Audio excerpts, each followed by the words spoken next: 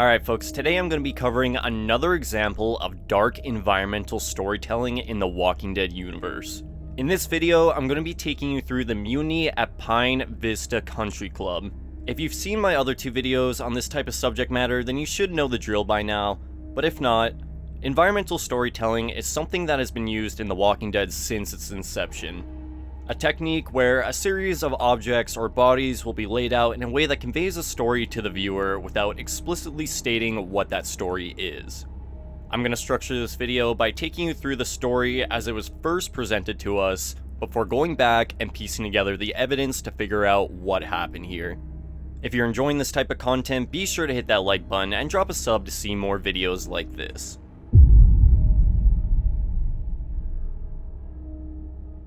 Following the governor's attack on the prison and the execution of Herschel Green, our group was scattered into the wasteland and forced to survive on the road.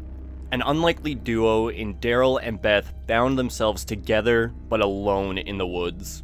After witnessing her father's death, Beth would be going through the grieving process, which, at the time, Daryl didn't really know how to handle, dealing with his own demons. But one thing he could help her with was finding something to drink. What? Her father Herschel struggled with alcoholism in his life, and by the time Beth was born, he had quit for years, never even allowing alcohol in the house. So with nothing left and nowhere to go, she decided she was going to find herself something to drink no matter the cost. And what better place to look than Pine Vista Country Club, an abandoned golf lodge that was once the go-to place for many wealthy folks pre-apocalypse. Here, Georgians could of course play golf, drink, and converse with their fellow members. At the time, it was luxury.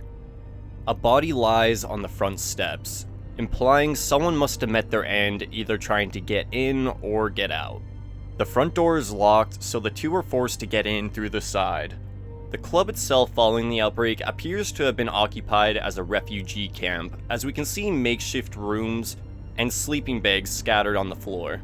But this clearly did not last long, as gruesomely in the corner hangs the bodies of the club's former members and presumably owners, accompanied by a pile of mutilated bodies on the floor, long dead. We can assume these are the club's former members, as we can see the bodies wearing high-end fashion and jewelry normally associated with wealth, such as pearls. It's clear something horrific happened inside these walls, but our duo are forced to descend deeper into the club when the dead begin banging on the door behind them. Moving from room to room, the entire building appears to be completely ransacked. Trash bags and empty cans lie everywhere, implying to me the naive club members did not ration their food, most likely attempting to continue their lavish lifestyles, leaving nothing but scraps for whoever did this to them. And even worse, they polished off all the liquor. No. Wait. In a world like this, one would assume the club was simply attacked by plunderers. But in a neighboring room, Beth discovers another pile of bodies with a haunting phrase written on the wall in their blood. This implies the massacre was actually an act of revenge against the wealthy. This is reinforced as the two discover the upper body of a woman with her eyes gouged out, lying on top of a mannequin torso with a sign nailed to her chest reading "Rich Bitch." This was just overboard. Someone made her and all the other club members suffer, and took pride in it. This definitely wasn't your ordinary raid. In the bar section of the club, we can see half-empty glasses accompanied by more bodies on the floor, implying whatever happened suddenly and fast. Almost like whoever did this was already a part of their group, and was close enough to blindside them. Beth would find the drink she was searching for, the last bottle of liquor in the entire club, peach schnapps, but would be overcome with emotion. Although Daryl was in a dark spot himself, he could see how much she was hurting, not only from her father's death, but the horrors of the world she was stuck in. This whole experience just confirmed to Daryl there was no hope. But that being said, he still had someone relying on him. So in an act of empathy, Daryl would smash the bottle, as he wasn't going to let her first drink be something as shitty as peach schnapps. So the two would continue on with their mission, leaving the horrors of Pine Vista Country Club behind. So now that the scene has been laid out, I'm going to take you through my interpretation of the story, with a little assistance. You see, Talking Dead, The Walking Dead's after show, revealed the story of Pine Vista actually revolved around a mutiny, with the staff turning against the rich members in a type of class warfare. I cannot, for the life of me, find this clip, but there's plenty of instances of people and websites recounting this if you look for it, so you'll just have to trust me on this one. But with all the evidence gathered, let's go back to the beginning and piece together what happened here. Following the outbreak, the wealthy members of Pine Vista Country Club and its staff either remained at the lodge or turned up over time, as it was a decent-sized building far enough from the city to be a temporary safe house. The rich had gone there for luxury pre-apocalypse, so naively, they may have assumed they would continue to be granted that luxury by the staff after the dead rose. The wealthy club members would prove some people don't change, as they would expect the staff, who only came there for safe haven, to tend to them regardless of the state of the world, progressively treating them worse and worse over time. Although free from large hordes, walkers still roam the grounds, probably due to the irresponsibility of the members leading them there.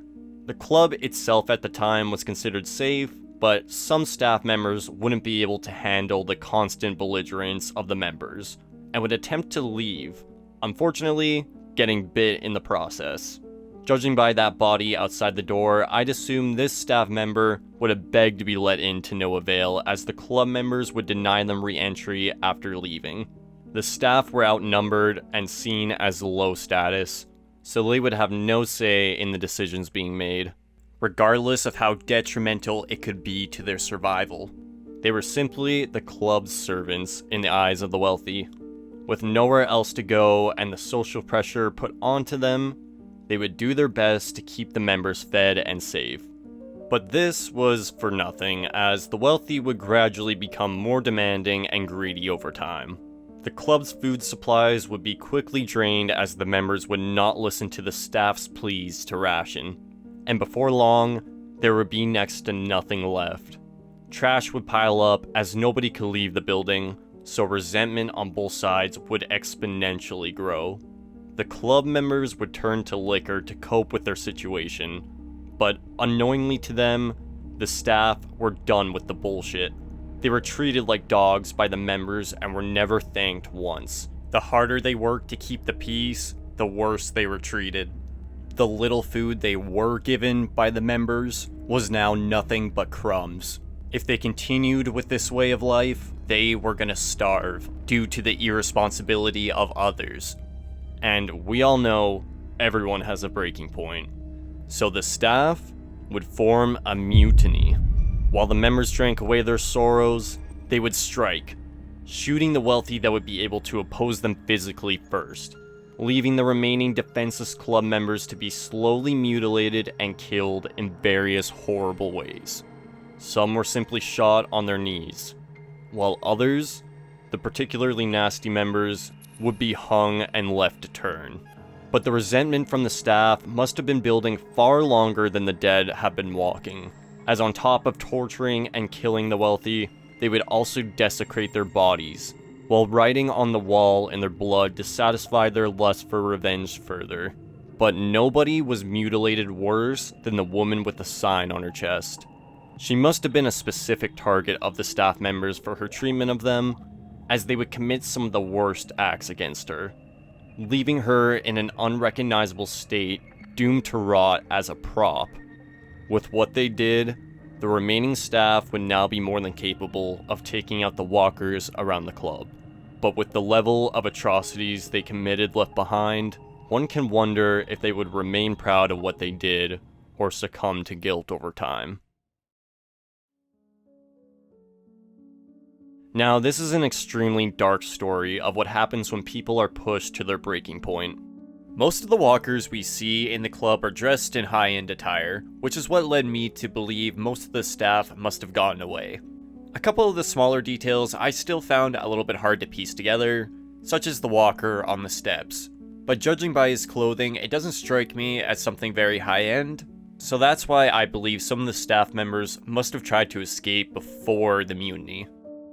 Another thought I did have was the members in the main room hanging could have taken their own lives hearing what was happening in the rest of the club. But that is the beauty of environmental storytelling. You can see it in a completely different light, and it could be just as plausible. This is just my interpretation of the story, so I'm sure there may be some aspects I overlooked or missed, so be sure to let me know your thoughts in the comments down below. But that's going to be it for today, folks. Thanks so much for watching.